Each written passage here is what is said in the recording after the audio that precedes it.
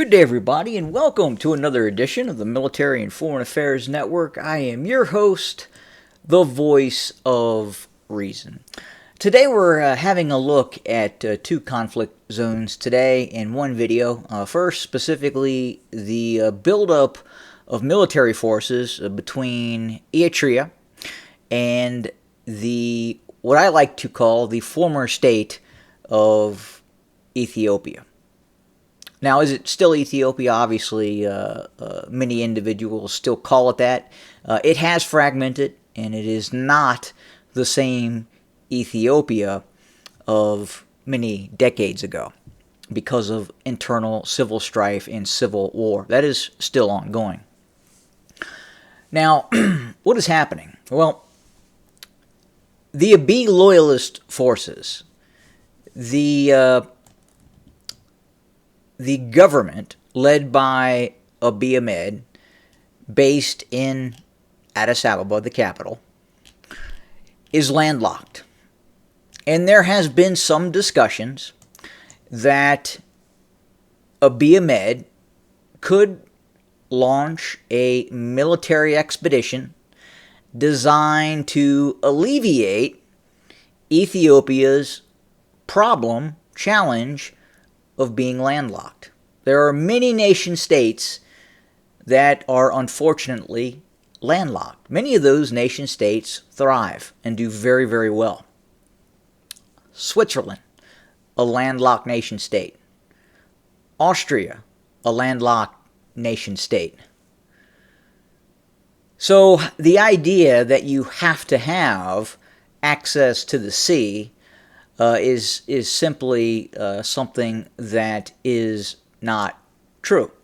Now, would it help the Abiy Ahmed regime to have access to the sea? Yeah, absolutely. And specifically, Abiy Ahmed is eyeing Assab, this lookout here. There is a buildup of military forces on either side of the border, more so in terms of Eritrean military forces building up in this area, somewhat concerned about Abiy Ahmed rhetoric and obviously the ongoing civil strife, civil war that is taking place inside the former state of Ethiopia. Now, is Abiy Ahmed going to cross the border and launch an operation designed to take Assab? Probably not. Probably not. Is it outside the realm of possibility? No, it's not. He could make that mistake. Now, the problem, Abiy Ahmed is short of cash. The economy is suffering hyperinflation, and it has been through now years of war, fighting internal civil wars between the Oromo Liberation Army, the invasion of the Tigray region, and a host of other internal issues. So the idea that Abiy Ahmed would launch a military excursion into Eritrea, a nation state that can mass 200 and 250,000 troops, one of the most heavily armed nation states on the African continent in terms of troop mobilization compared to population, would probably be a very unwise endeavor for Abiy Ahmed. So we don't think it's going to happen, again, for those various reasons. Now, there's talk of it, and obviously some individuals within the circles of Abiy Ahmed and Abiy Ahmed supporters would love to see a landlocked Abiy Ahmed regime obtain control of Assab. But, again, we don't believe that is going to happen. We don't believe militarily the Ethiopian Abiy loyalist forces could take control of Assab. It would be very, very difficult for a number of reasons. I'll get into that in another video. Additionally, we are continuing to watch the war between Ukraine and the Russian Federation. Now, today there hasn't been a lot of changes on the ground in the ongoing war. Obviously, there is a lot of eyes on what is taking place on the eastern bank of the Dnipro River. Now, is this a bridgehead? No, I've talked about this before. The Ukrainians do not have a tactical bridgehead, the ability to move heavy armored forces, fuel trucks, and what have you, to expand operations in this sector. They just don't have it. Compounding that, they took a lot of casualties in the failed Orikhiv offensive, the failed Zaporizhzhia offensive.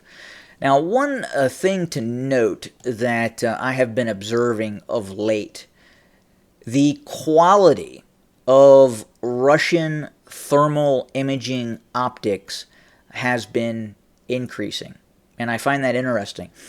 Obviously, I've had the opportunity to view thermal imaging optics on the various T-90 and T-72 Bravo 3 main battle tanks. Much to be desired in terms of quality of imaging, but nonetheless, they can identify tank and tank line targets at range. Now, in some of the more recent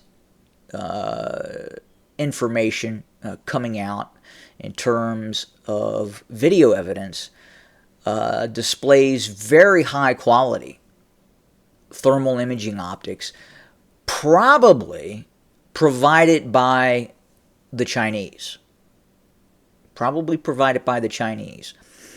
Or it could be an issue where the Chinese have provided the North Koreans, and then the North Koreans have provided the Russians. I think most likely it was a direct China to Russia infusion of some of these optics. Obviously, not all thermal imaging optics are the same. Some optics are much better than other optics. And those optics are incredibly important on the battlefield in terms of clarity and being able to identify human targets at range, obviously tank and vehicle targets at range. But it's interesting to see these new generation of thermal imaging optics that the Russians are now using. So again, I do believe it is the Chinese, possibly other nation states assisting the Russians. We don't believe the Russian manufacturing quality to develop and produce some of these next generation thermal imaging optics that we're seeing on the ground that they currently possess. Is it outside the realm of possibility? No, it's not. Obviously, it's not. But generally speaking, you're going to see Western nation states, the French, the United States, Canada, produce some of these leading edge, incredibly high quality thermal imaging cameras. Now, the Russians have them.